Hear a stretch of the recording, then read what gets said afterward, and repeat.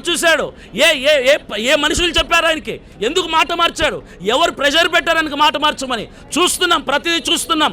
ఇంతవరకు భరించాం, సహించాం, ఓర్చుకున్నాం. క్రైస్తవుడు నిద్రపోతున్న సింహం వంటి వాడు అన్నాడు జవహర్లాల్ నెహ్రూ గారు చెప్పారు. నిద్రపోతున్న సింహం వంటి క్రైస్తవ్యాన్ని ఈరోజు మతోన్మాదులు రెచ్చగొట్టి తట్టి లేపారు. సింహము ఈరోజు విజృంభించబోతుంది. పంజా విసిరితే ప్రభుత్వాలు కూడా దిగి వస్తాయి, కూలిపోతాయని చెప్పి ఈ ప్రజాముఖంగా నేను హెచ్చరిస్తున్నాను. Thank you. అందరికీ తెలుసు మనం చేయాల్సింది. ఇప్పటికీ కూడా చాలామంది క్రైస్తవులు రాలేదు. ఇప్పటికీ కూడా చాలామంది టీవీల దగ్గర లైవ్లో ఉండిపోయారు. 2 రోజులు రాజమండ్రిలో ఫైట్ చేశారు అన్నలు. నేను నిన్న మార్నింగ్ నుంచి ఉన్నాను. సో ఈరోజు ఇక్కడికి వచ్చాం. ఇప్పటికి కూడా చాలామంది క్రైస్తవులు రాలేదు. ఎందుకో తెలుసా? క్రైస్తవులకి ఒక చిన్న అంటే సరిగ్గా బోధ అన్న చెప్పినట్లుగా సరిగ్గా బోధ జరగలేదు.